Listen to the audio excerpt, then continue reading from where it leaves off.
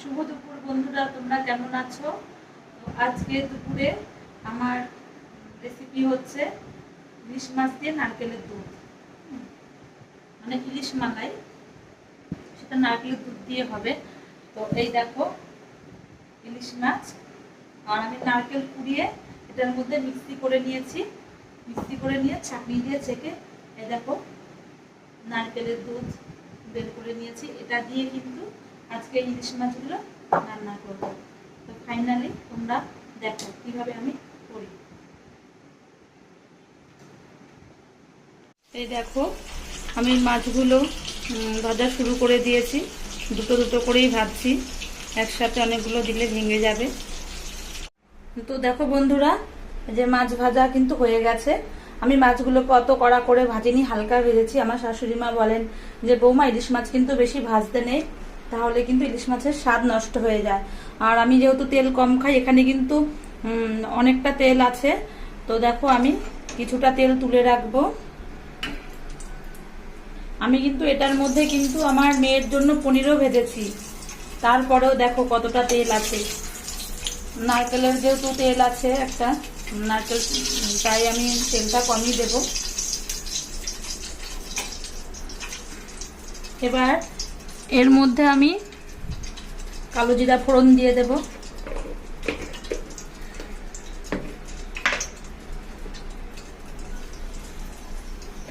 তো কালো জিরা ফোড়ন দিয়ে দিয়েছি।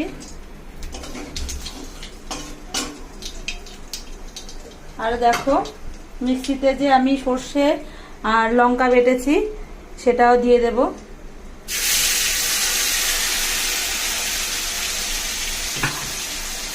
এটা ভালো করে কষাই।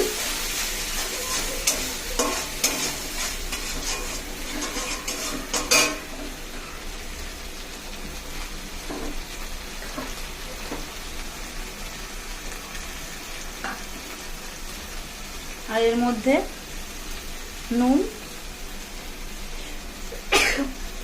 দেখেছো বন্ধুরা এটার ঝাঁঝে আমার কিন্তু হেঁচো পেয়ে যাচ্ছে। আর হলুদ দিয়ে দিলাম পরিমাণ মতো।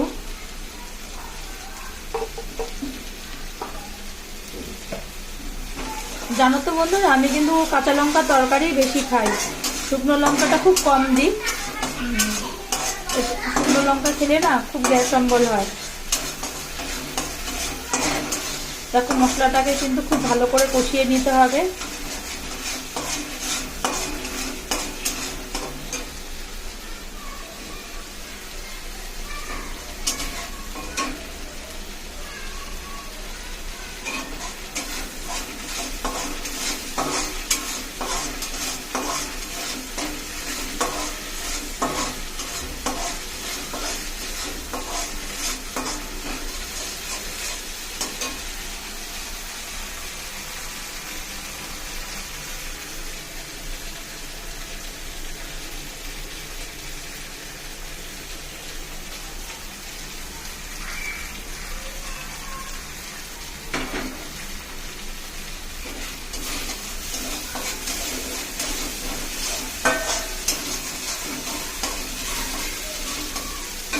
তো আমার মশলা কিন্তু খুব ভালো করে কষানো হয়ে গেছে। দেখো মশলা থেকে কিন্তু তেল ছেড়ে দিয়েছে।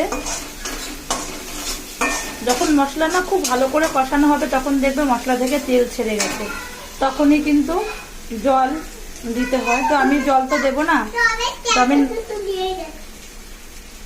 তো আমি নারকেলের দুধ দেব।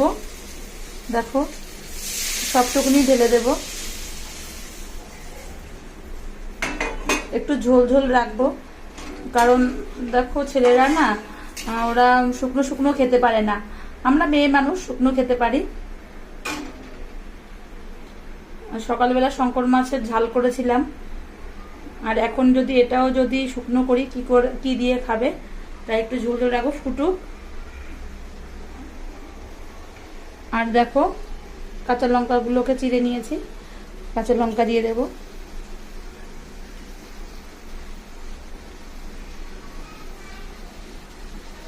আর আমি এর মধ্যে কিন্তু এই সামান্য একটু চিনিও দিয়ে দিলাম। এতে কি বলো তো, কালারটাও সুন্দর হয় আর টেস্টটাও ঠিকঠাক আসে। ফুটুক, যখন ভালো করে ফুটবে তারপর আমি মাছগুলো দিয়ে দেব। তো দেখো ফুটে গেছে সুন্দরভাবে মশলা নারকেলের দুধ, একদম জমে ক্ষীর হয়ে গেছে। তো আমি মাছগুলো দিয়ে দিই, অল্প একটু ফুটলেই নামিয়ে নেব।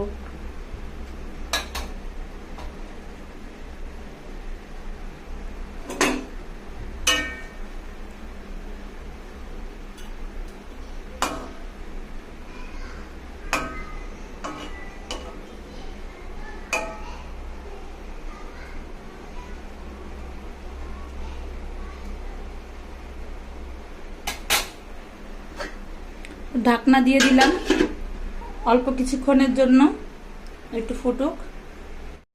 তো বন্ধুরা ফাইনাল লুকটা দেখো, যা সেন্ট বেরোচ্ছে কি আর বলবো, গরম ভাতে পুরো জমে যাবে।